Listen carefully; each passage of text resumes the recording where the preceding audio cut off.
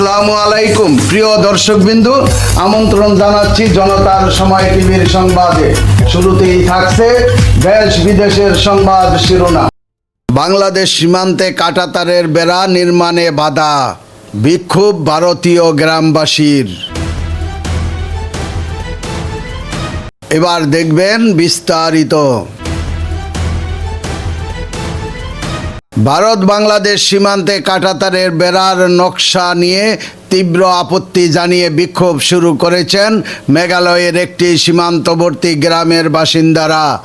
মেঘালয়ের পূর্ব খাসিপাড়ায় পাহাড় জেলায় পিনুরসলা উপবিভাগের লিংখং গ্রামের বাসিন্দাদের আশঙ্কা, বর্তমান নকশা অনুযায়ী কাঁটাতারে বেড়া নির্মাণ করা হলে তারা মূল ভূখণ্ড থেকে সম্পূর্ণ বিচ্ছিন্ন ও অবরুদ্ধ হয়ে পড়বেন।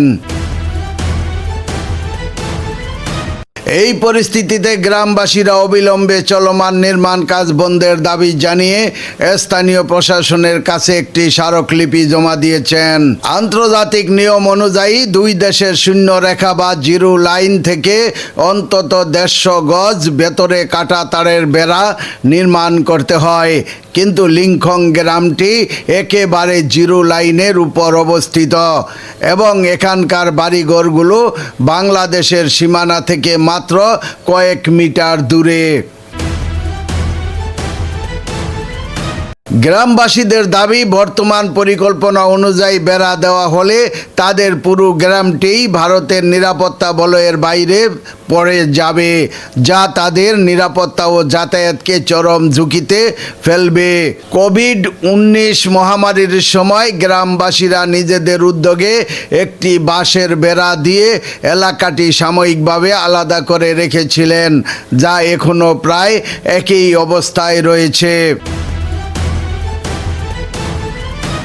গ্রাম প্রধান রামু বার্তা সংস্থা পিটিআইকে জানিয়েছেন তারা সীমান্তে কাঁটাতারের বেড়া দেওয়ার বিরোধী নন, তবে তারা চান এই বেড়া যেন একদম জিরো লাইনে নির্মাণ করা হয়, যাতে তাদের গ্রামটি ভারতের ভেতরে এবং নিরাপত্তা বেষ্টনীর মধ্যে সুরক্ষিত থাকে।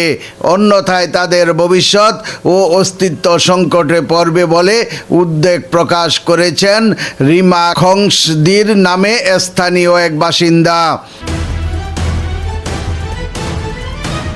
তিনি এই বিষয়ে রাজ্য সরকারকে দ্রুত পদক্ষেপ নেওয়ার এবং কেন্দ্রীয় সরকারের সাথে কথা বলার অনুরোধ জানান। সীমান্ত সুরক্ষা অংশ হিসাবে এই বেড়া নির্মাণের কাজ চললেও স্থানীয় জটিলতা ও দুর্গম ভূপ্রকৃতির কারণে মেঘালয়ের 4 কিলোমিটার সীমান্ত এলাকার মধ্যে এখনও প্রায় 80 কিলোমিটার অংশ অরক্ষিত রয়ে গেছে। এদিকে বর্ডার সিকিউরিটি ফোর্স বিএসএফ এর একজন জ্যেষ্ঠ কর্মকর্তা জানিয়েছেন, লিংখং গ্রামের বাসিন্দাদের নিরাপত্তা নিশ্চিত করতে সেখানে ইতিমধ্যে একটি আউটপোস্ট বা ফাঁড়ি স্থাপন করা হয়েছে এবং বিএসএফ জওয়ানরা স্থানীয়দের সব ধরনের সহায়তা দিচ্ছেন। উদ্বুদ্ধ পরিস্থিতি নিয়ে মেঘালয়ের স্বরাষ্ট্র দপ্তরের একজন উচ্চ পদস্থ কর্মকর্তা জানিয়েছেন, যেই সব এলাকায় জনবসতি ক্ষতিগ্রস্ত হওয়ার আশঙ্কা রয়েছে সেখানে জিরো লাইনের একক সারির সিঙ্গেল রো কাঁটাতারের বেড়া নির্মাণের জন্য ভারতের পক্ষ থেকে বাংলাদেশের সাথে যোগাযোগ করা হয়েছে। প্রিয় দর্শকবিন্দু, আজকের প্রতিবেদন এই পর্যন্তই শেষ করছি। এখানেই পরবর্তী সংবাদ পেতে জনতার সময় টিভির সাথেই থাকুন। আল্লাহ হাফেজ।